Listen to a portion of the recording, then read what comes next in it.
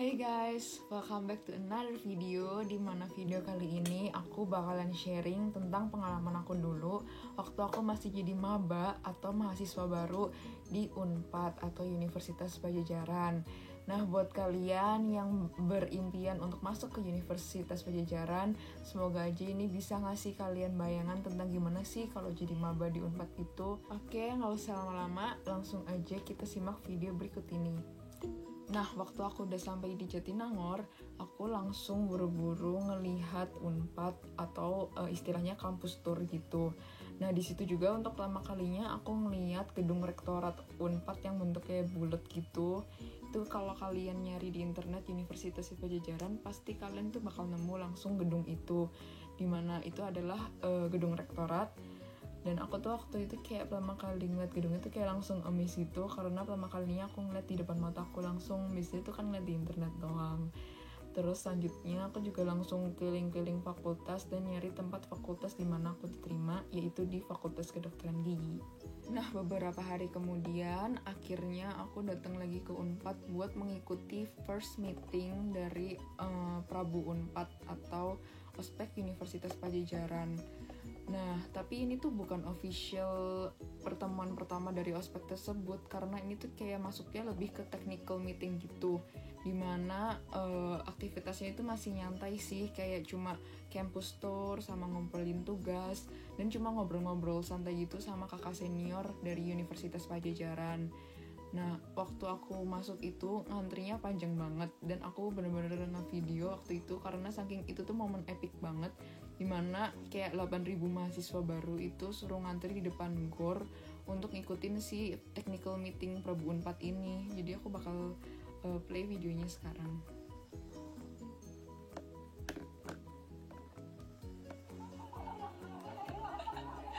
Ini panjang banget.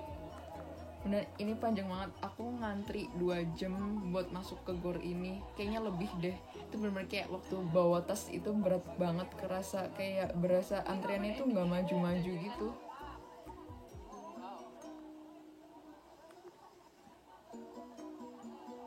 Bener-bener panjang banget. Dan kayak aku baru tahu setelah ikut upacara penerimaan mahasiswa baru itu, ternyata total mahasiswa baru yang diterima tahun aku itu ada 8.000 mahasiswa. Dan itu waktu ospek aku ngalamin setiap hari kayak gini, hari pertama sampai hari ketiga, dimana kita kalau mau ngantri buat masuk doang itu butuh waktu 2-3 jam bahkan lebih cuma buat ngantri masuknya doang. Dan setelah technical meeting dari Prabu Unpad ini, aku sama teman-teman aku nyobain buat naik odong. Nah, odong itu apa? Odong itu kayak kendaraan transport khusus yang ada di Unpad yang bentuknya itu kayak ya mobil gitulah buat nganterin mahasiswa ke fakultas yang gedungnya itu jauh dari gerbang. Nah, jadi kita tuh waktu itu kayak nyobain naik odong tuh rasanya gimana. Terus kita pergi ke rektorat juga buat ngerjain tugas osjur. Jadi aku waktu itu naik odong sama teman-teman FKG aku. Coba kita play videonya. Nah, ini tuh itu kita lihat gedung rektorat bareng-bareng. Terus kita balik ke gerbang naik odong karena dari rektorat ke gerbang itu jauh banget, nggak akan bisa ditempuh pakai kaki. Jadi mau nggak mau harus pakai odong, dan odong ini selalu ada, setiap menit pasti ada. Kayak nggak mungkin kan kehabisan odong kecuali udah lebih dari jam 4 sore. Jadi dia mulai dari jam 7 pagi sampai jam 4 sore gitu, bakal selalu ada buat anak-anak yang fakultasnya jauh gitu. Tapi untungnya aku di FKG sih. Kalau di FKG tuh nggak terlalu jauh dari gerbang, masih bisa jalan kaki karena FKG tuh gedungnya paling depan gitu. Nah, hari pertama itu aku bener-bener shock banget karena itu kita ternyata masuknya jam 5 pagi. Jadi aku dulu bangun jam 4 pagi, terus siap-siap cuma 30 menit. Terus habis itu kayak 30 menitnya itu dipakai buat perjalanan ke Unpad gitu kan. Terus kayak kan itu susah karena masih subuh, kayak kurang ada transport umum gitu, kayak angkot juga masih belum ada. Jadi kalian harus mau nggak mau pakai ini ya, kayak ojek online gitu, atau enggak dulu kalau teman-teman aku orang tuanya itu masih stay, jadi ikutan nginep di kosannya mereka buat nganterin mereka ke waktu ospek itu waktu jam 5 pagi. Jadi dulu aku sempet nebeng ke mobilnya mamahnya temannya aku, atau dulu kalau di kosan aku ada transport khusus buat ke Unpad, jadi biasanya aku pakai mobil khusus dari kosan. Nah untuk hari pertama itu kegiatannya itu cuma upacara penerimaan mahasiswa baru. Jadi itu kayak upacara kayak nyanyi lagu Indonesia Raya, terus kayak apa ya, pemakaian jas alma mater, terus kayak ada performance juga. Dan itu bener-bener ngantuk banget sih kalau aku dulu, karena kan bangunnya jam 4 pagi ya. Jadi waktu upacara tuh kan disuruh duduk kayak cuma beralaskan karton putih doang gitu, di lapangan ada tendanya. Jadi kayak bener-bener ngantuk banget karena kan bangun jam 4, terus kayak waktu upacara tuh kita kayak nggak ngapa-ngapain, cuma ngedengerin orang ngomong sama ngeliatin performance kan. Jadi kayak aku saranin buat kalian kayak mending kalian bawa power bank, jadi kayak kalian tuh bisa sambil mainan HP, terus kayak biar kalian nggak ngantuk. Terus jangan lupa juga bawa makanan sama minuman biar kayak di tengah-tengah aktivitas tuh kalian nggak lapar gitu. Buat hari kedua itu kostumnya beda lagi, dimana waktu zaman aku itu dulu aku pakai atasan batik, terus lengan panjang, nggak boleh lengan pendek, atau boleh 3/4, setahu aku boleh sih 3/4. Terus bawahannya itu rok hitam panjang semata kaki. Jadi kalau cowok kayaknya sih celana panjang, aku juga lupa, aku ingat cuma yang cewek doang. Terus ini aku ada fotonya dulu aku dress code gimana. Terus habis itu untuk kegiatan hari kedua itu ada kayak parade setiap fakultas. Lalu ada juga parade kayak KKM gitu, jadi kayak ekskul sih. Kalau di SMA tuh bilangnya ekskul, jadi kayak ekskul karate, ekskul PSM, paduan suara gitu-gitu. Terus ada juga stand-stand gitu, dimana kalian bisa ngunjungin stand itu buat nanya-nanya ekskul yang tadi itu, atau kita bilang kalau udah kuliah tuh KKM ya, kalau di aku ngomongnya KKM. Jadi bisa nanya-nanya nanti kegiatannya ngapain aja. Jadi kalau misalnya kayak KKM itu ada KKM se-universitas, ada juga KKM se-fakultas doang. Jadi dulu tuh kayak kebanyakan standnya masih KKM yang se-universitas sih, karena itu kan lagi ospek universitas. Jadi kayak bedanya kalau misalnya kalian ikut KKM yang universitas tuh kalian bisa kenal orang yang di luar fakultas gitu. Nah di sini aku ada videonya waktu parade.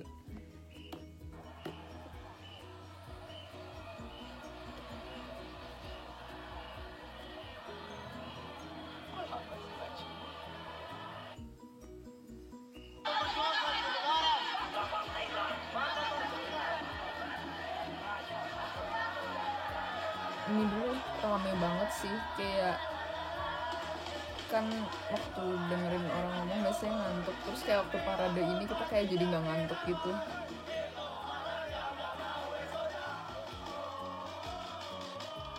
Nah ini udah mulai masuk ke fakultas nih. Ini udah ada FK, kayak mereka bawa banner gitu, mereka fakultas apa, sama kayak dress code mereka yang khas itu apa.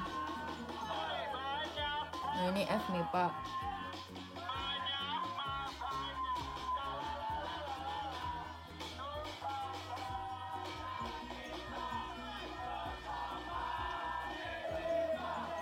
Biasanya setiap fakultas itu punya kayak jaket kema tuh, nah yang kayak gini nih kayak ada ciri khasnya. Misal ini warna hijau, nah kalau warna hijau tuh berarti nandain kalau dia tuh misal fakultas apa. Ntar kalau warna putih itu ntar fakultas apa, ntar kalau warna kuning tuh fakultas apa gitu. Itu namanya jaket kema tuh.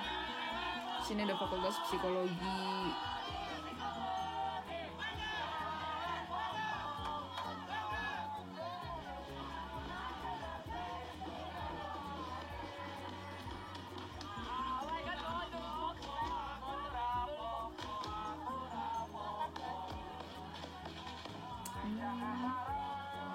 Nah ini dulu aku waktu tahu ada kayak apa boneka gigi gitu, aku kayak oh itu FKG, so kayak langsung kayak seneng banget kayak, karena lucu aja tuh kan ngeliat fakultas sendiri lewat gitu.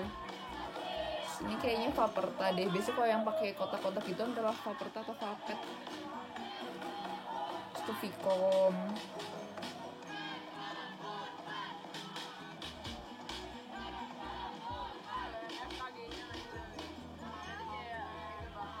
itu yang belakang ada yang kayak pakai kostum ikan, itu biasanya FPIC sih, jadi kayak kelautan gitu, kayak fakultas yang berhubungan dengan kelautan gitu. Terus itu kayaknya yang pakai jas lab itu kayak farmasi deh, aku juga kurang tahu.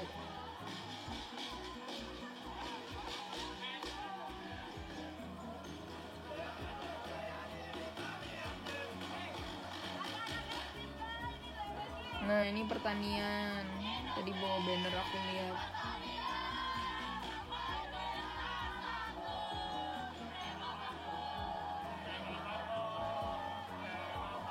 Nah terus ini yang warna oranye sih, ini kayak yang paling mencolok banget. Mereka tuh FTG, jadi geologi. Jadi kayak emang khasnya mereka tuh gitu, yang kayak isinya kan kebanyakan cowok semua. Jadi kayak mereka pas yang muka garam gitu. Terus kayak kita semua pada bingung, ini fakultas apa gitu. Terus kayak setelah aku makin ke belakang, oh itu FTG gitu. Kayak baru tahu. Ya FTG tuh emang osjurnya katanya paling berat sih. Ya gitu aja. Terus ini ada parade yang KKM itu aku bilang, yang kayak ekskul-nya gitu. Ini kayak ada musik-musik gitu, kayak ini keren banget sih.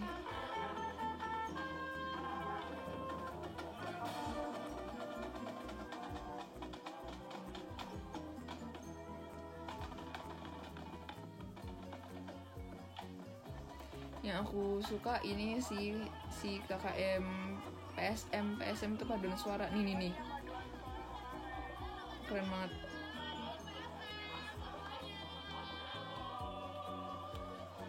Kayak merdu banget waktu lewat tuh, kayak semua orang kayak berdua langsung kayak wah kayak gitu semua, karena emang mereka keren sih prestasinya, bisa sampai ke luar negeri dan menang banyak banget lomba gitu. Terus kayak pasti penyaringannya juga berat sih.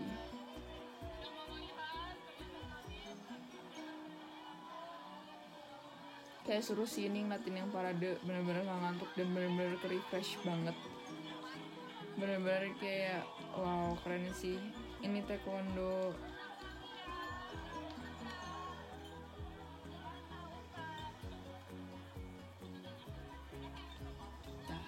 Nah untuk hari yang ketiga itu kita beda lagi dress code-nya, yaitu pakai baju kayak sweater gitu yang udah disediakan dari Unpad.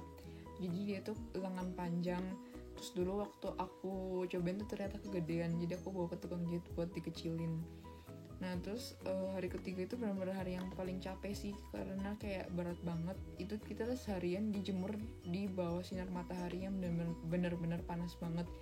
Jadi kayak waktu pulang hari ketiga itu benar-benar kulitnya kayak langsung gosong gitu, karena ada itu acara yang kolose payung Prabu itu, dimana kayak itu tuh kita bikin kayak mozaik gitu ya namanya. Nah waktu angkatan sebelum aku, angkatan atas aku itu tuh katanya cuma pakai kertas doang, sedangkan angkatan aku itu udah mulai pakai payung. Jadi kayaknya sih tahun ini bakal lebih keren lagi harusnya, karena makin tahun itu kayak makin bagus gitu desainnya, makin banyak.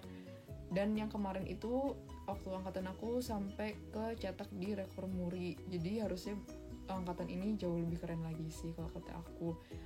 Kolose payung Prabunya, atau bisa aja mungkin nggak pakai payung, pakai yang lain.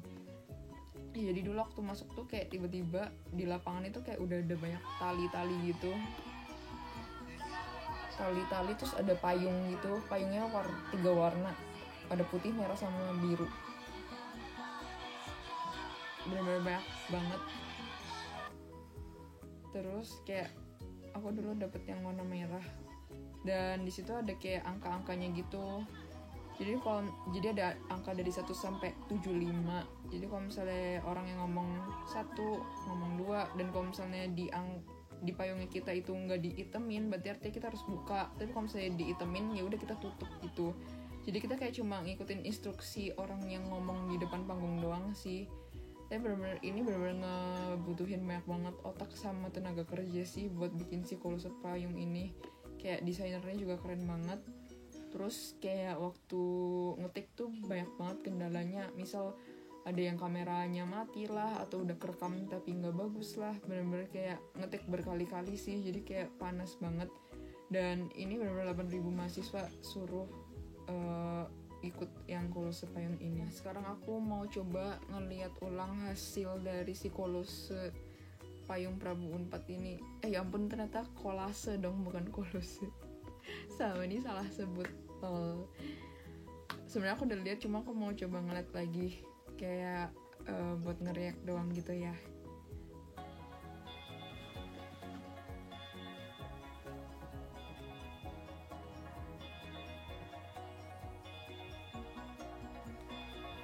Nah ini sih bener-bener kayak banyak banget orangnya.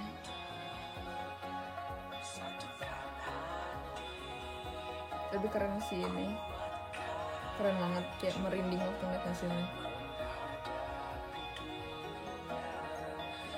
Ini kayak awalnya batik gitu ya, motif batik.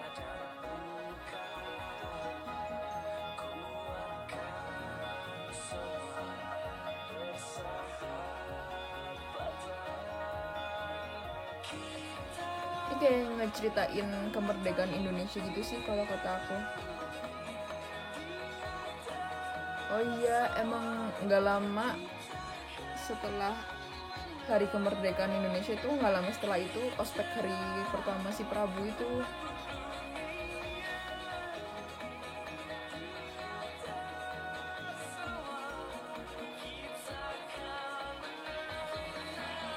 Itu kayak panitianya kan banyak banget ya, panitianya itu ada kayak 800 orang, dan mereka tuh kayak pada sembunyi di bawah tenda gitu biar nggak kelihatan atau biar nggak ketangkep si kamera itu. Terus ini lambang-lambang dari Unpad sih. Nah ini lambang Unpad. Terus ini kayak ada obor, sedikit kayak apa yang bentuk sayap gitu. Dulu aku belajar, ya ampun sekarang aku udah lupa lagi. Dulu tuh kita harus belajar sih makna lambang Unpad tuh apa. Nah ini kayak pulau-pulau di Indonesia. Ini ada kayak Pulau Sumatera, Kalimantan, Sulawesi, sama Papua. Iya, kemerdekaan Indonesia yang ke-74.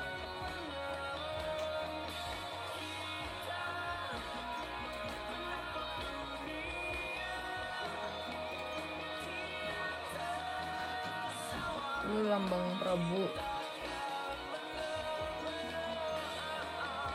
lambang Unpad.